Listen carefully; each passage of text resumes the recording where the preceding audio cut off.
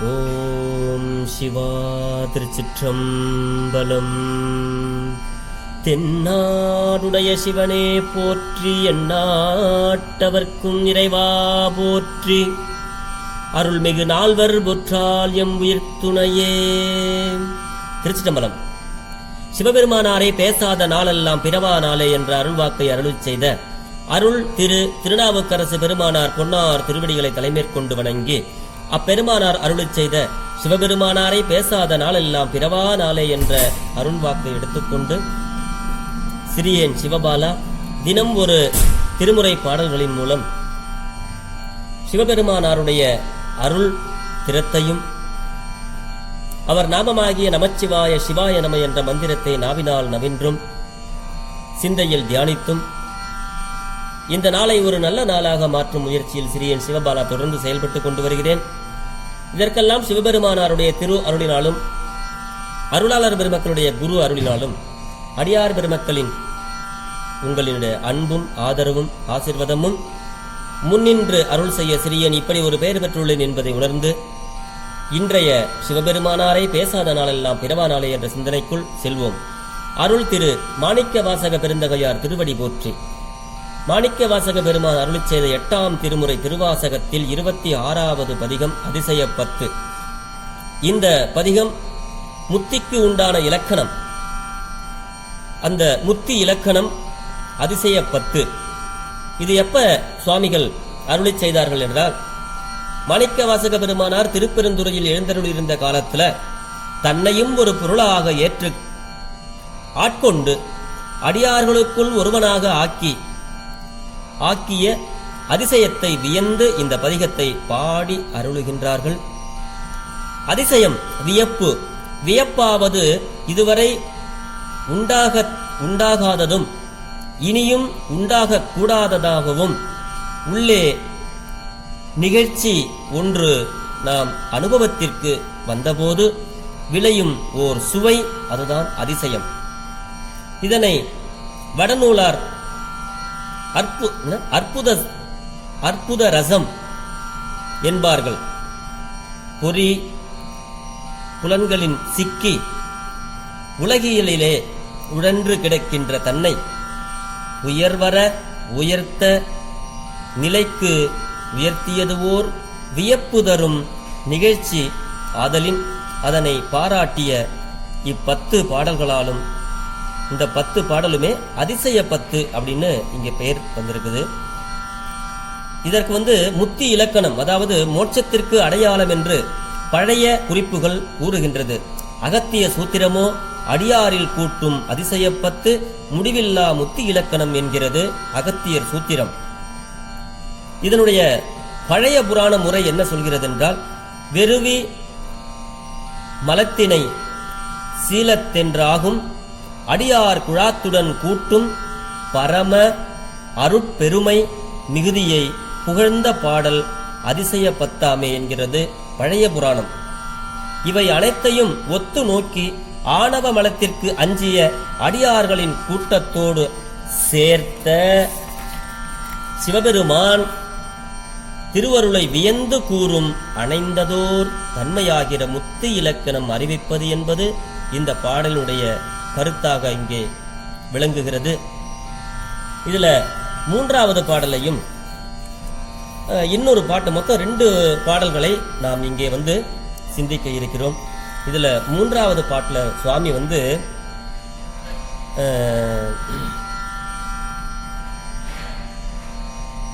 அடியார்களோடு கூட்டிய இந்த அதிசயத்தை வியப்பாக கண்டாமே அப்படின்னு சொல்றாரு.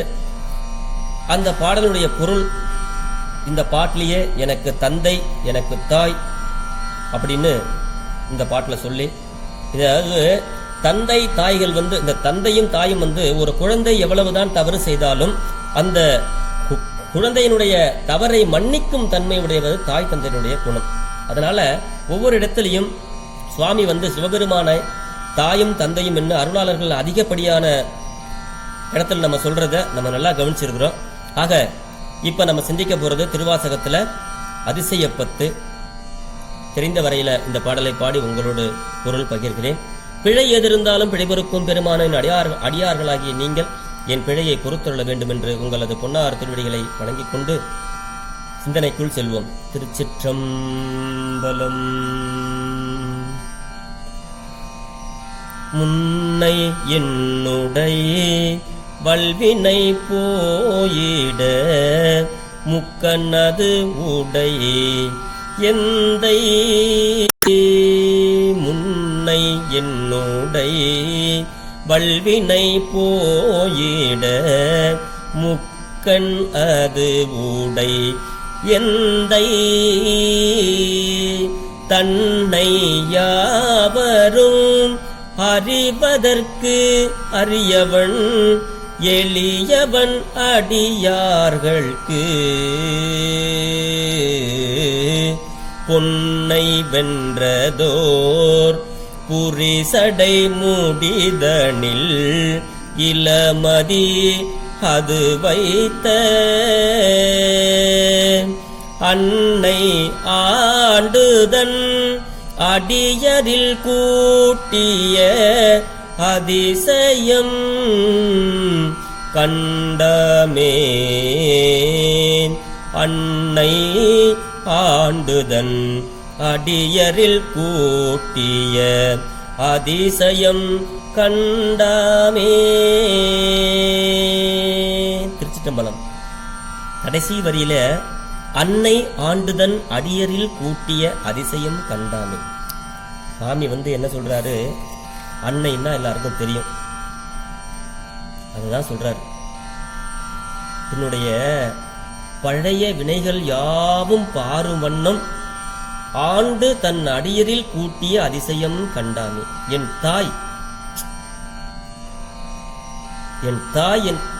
என் தாயாக இருக்கின்ற சிவபெருமான் அவன் என்னுடைய பழைய வினைகள் யாவும் பாரும் வண்ணம், அதாவது நம்மளை விட்டு நீங்கும் வண்ணம்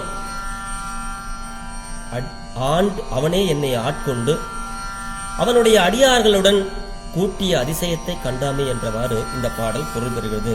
அதான் முன்னை என்னுடைய வல்வினை போயிடங்கிறாரு. என்னுடைய அதாவது முக்கன் உடை எந்தை. இந்த பாட்டினுடைய பொருள் சுவாமி என்ன சொல்றாங்கன்னா, முக்கன் அது உடைய எந்தைங்கிறாரு. 3 கண்களை உடைய என் தந்தையே, தன்னை எத்தகையவராலும் அறிதற்கு அறியவன். அதான் தன்னை யாவரும் அறிவதற்கு அறியவன்.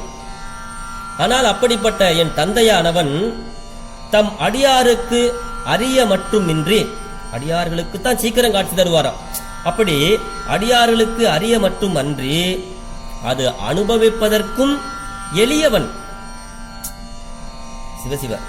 அப்படி அவர் அவருடைய சடை பொன்னை வென்றதோர் புரிசடை முடிதனில்ங்கிறாரு. அவருடைய பொன்னை நிறத்த, அதாவது பொன் போன்ற நிறத்தால் வென்ற புரிகளாகிய சடை முடியில் இளம்பிறையை அணிந்திருக்கின்ற என் தாய் அப்படிங்கிறாரு.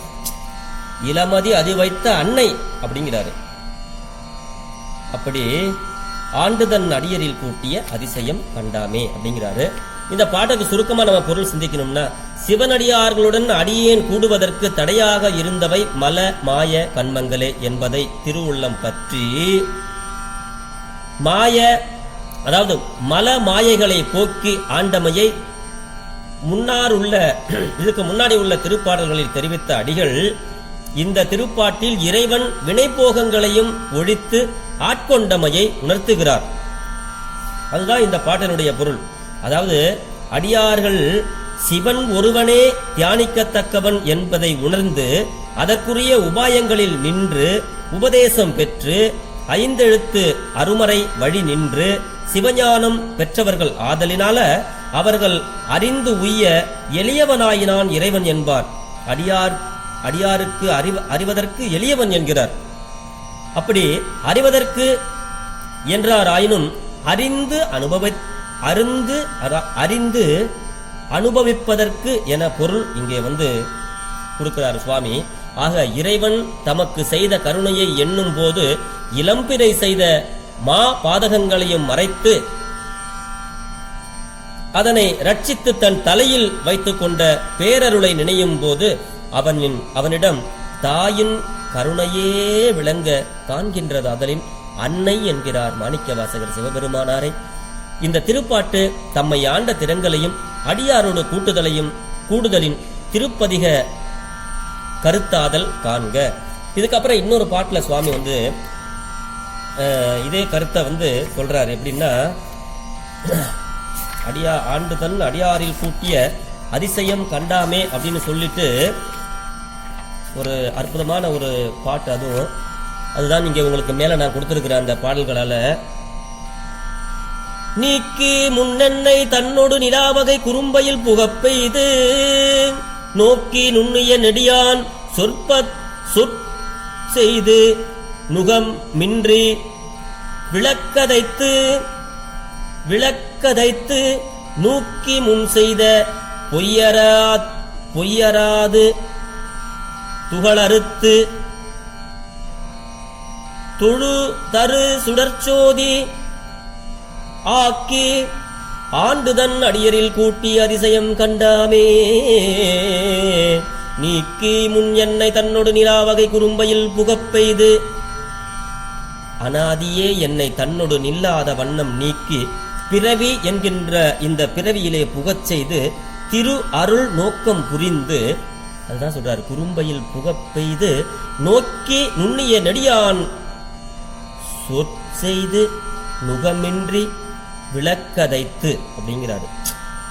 அதாவது திருவருள் நோக்கம் புரிந்து நுண்ணியனவும் கை நொடியில் அமைந்தனவும் ஆகிய இந்த சின் முத்திரையை சொல்லாகச் செய்து நுகத்தடியின்றி உழுது என்னை எடுத்து முற்பிறவிகளில் செய்த பொய்யாகின்ற பயனில் செயல்கள் நீங்க குற்றத்தை அகற்றி எழுகின்ற சுடர் சோதியாக்கி ஆட்கொண்டு தன்னை அவனுடைய அடியாரோடு கூட்டிய அதிசயத்தை கண்டாமே என்றவாறு இந்த பாடல்ல பொருள் பெறுது. அதாவது பெருமான் செய்த பழைய வினைகளை எல்லாம் போக்கி ஆட்கொண்டு அடியாரில் கூட்டிய அதிசயத்தை இங்கே சொல்றாரு.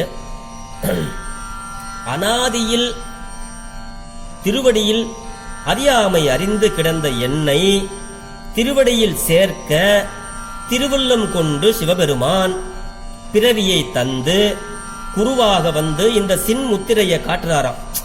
இந்த பிறவியை தந்து குருவாக உபதேசித்து என்னை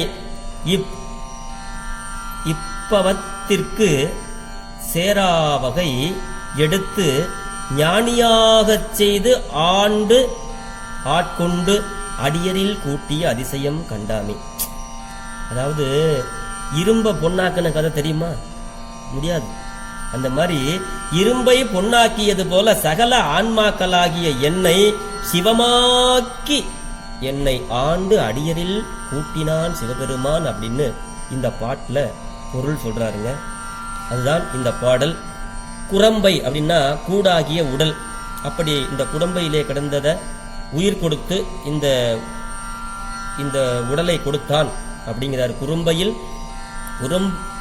குரம்பையில் கூட்டியவுடன் பொறிகள் துணை கொண்டு புலன்களை தூய்த்து போகாமே பெருக்கி வரும் வினைக்கு வழி தேடி பிறவிக் கடலில் நடுவை அடைந்து கரை காணாது தவித்த இருந்த என்னை இவன் அறியாமை இருந்தபடி என்னே என்று இறங்கி கருணை பாலித்ததை நோக்கி என்றதால் உணர வைத்தமை காண்க. அப்படி ஒருவனுக்கும் நுகம் அப்படின்னா அந்த நுகத்தடி. அப்படி இந்த அந்த ஏர் இருக்கு இல்லையா, ஏர்ல முன்னாடி ஒரு நுகத்தடி, இந்தாண்ட ஒரு மாடு அந்தாண்ட ஒரு மாடு கட்டுறதுக்கு அந்த நுகத்தடியில கட்டி தான் ஏர் ஓட்டுவாங்க. ஆனா சிவபெருமான் ஏரின் பிணைக்கப்பட்ட மாட்டின் கழுத்தில் பூட்டப்படும் மரம் தான் அந்த நுகத்தடி.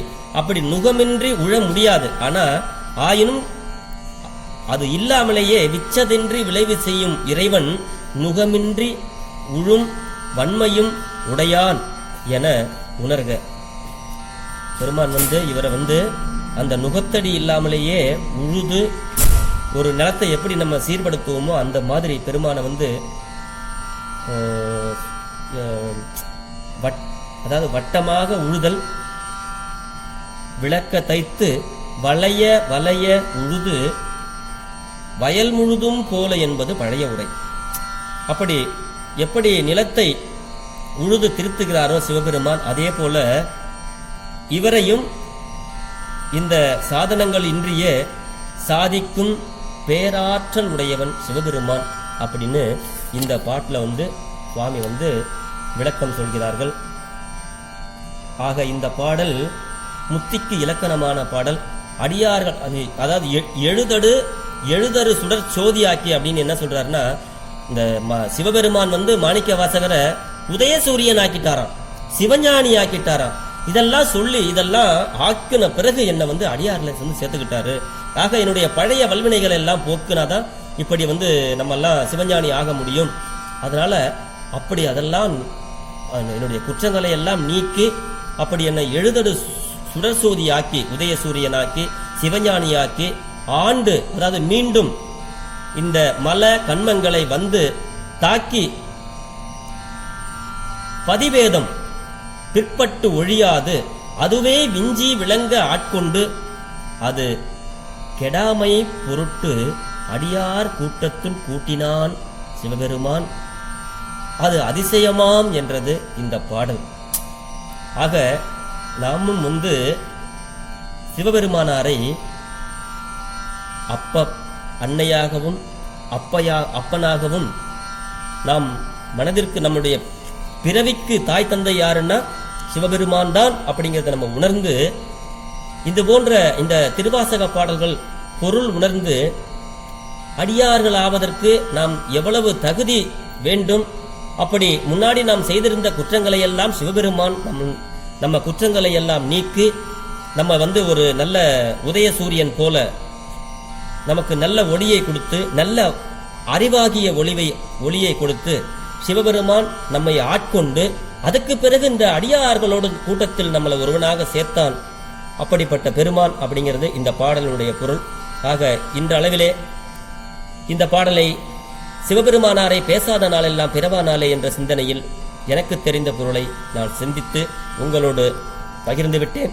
இதில் எந்த பிழை இருந்தாலும் பிழைபொறுக்கும் பெருமானின் அடியார்களாகிய நீங்கள் என் பிழையையும் பொறுத்தருள வேண்டும் என்று உங்களது பொன்னார் திருவடிகளை வேண்டிக் கொண்டு வணங்கிக் கொண்டு விடைபெறுகிறேன். சிவாய நம. பேசாத நாளெல்லாம் பிறவானாலே சிவா. திருச்சிற்றம்பலம்.